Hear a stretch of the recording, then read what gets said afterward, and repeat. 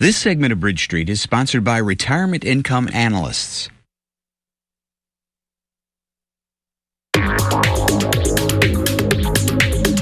Well, we all know that we should be preparing for retirement, but sometimes there are roadblocks that we find ourselves in when we're planning and maybe strategizing for that time. Chip Coughlin joins us this morning from Retirement Income Analyst. He's a registered rep with First Allied Securities. And Chip, you're going to run down some common roadblocks. Let's start with those. Good morning. Good morning. Thanks for having me. Thanks for being here.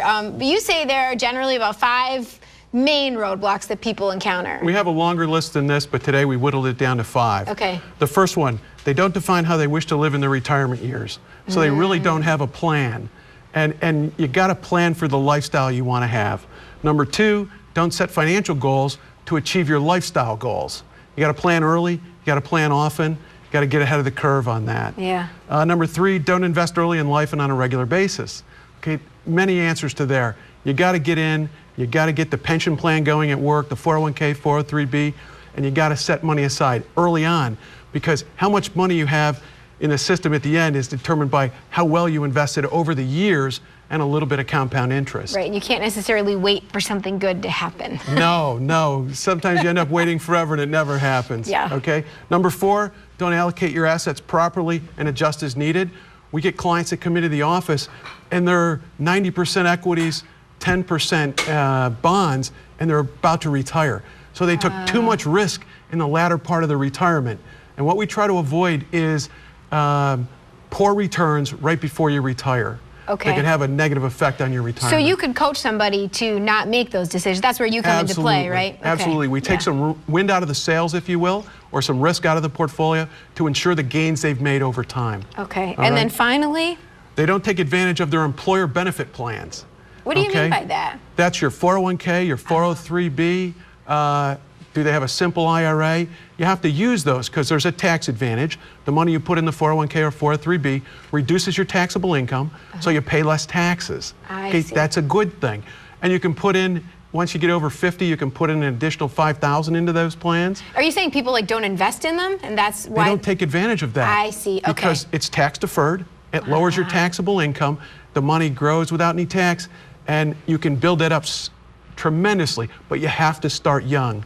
Yeah. My daughters are 25, 27, and 30, and they're killing it in their 401ks because they started young. Because it's the time you're in the market, because you want to get as many doublings as you can. Yeah, we get the annual reminder every year from my father-in-law. He'll say, hey, check in on that, Well, with my girls, we do it 4 times a year. Hey. We do the financial meeting at the dining room table 4 times a year, and that's when it comes out. It matters whenever you do it. Okay. It surely does. So 4 strategies now. So if you're in one of those roadblocks, how you can maybe get out of it. Number 1, you have to take a financial inventory. Okay. We call that the net worth and your cash flow. We want to see where you are, what problems you're running into, and what your budget looks like. Okay. Because you have to make changes. Spending is a learned behavior, and you have to change it. If you're spending too much and saving too little, you have to change that. And it takes hard work, it takes diligence, and you really got to stick to it and have your priorities in order. All right. Number 2, manage credit wisely. 1 credit card, you say? 1 credit card. Okay, credit cards should be called convenience cards, yes, not credit. We don't want to pay interest every single month. So use it as convenience, pay it off every month, okay, and don't get in the hole. Okay, don't get in the hole. There we go. And number 3 and 4. Invest early on a regular basis.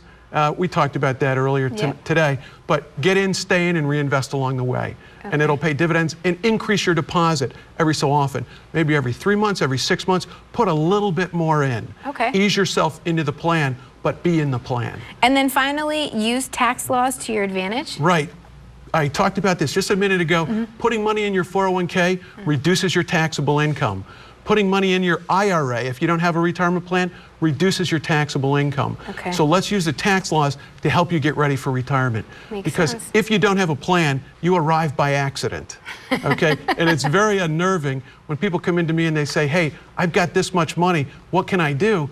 And I say, well, here's how you're going to live. Yeah. And it's very difficult, because when you look at life expectancies today and you want to live that long, you've got to have a plan to get you there. There we go. Well, and if you need help with that plan, you could visit Retirement Income Analyst at 892 East Brighton Avenue in Syracuse, or give them a call, 701-4440.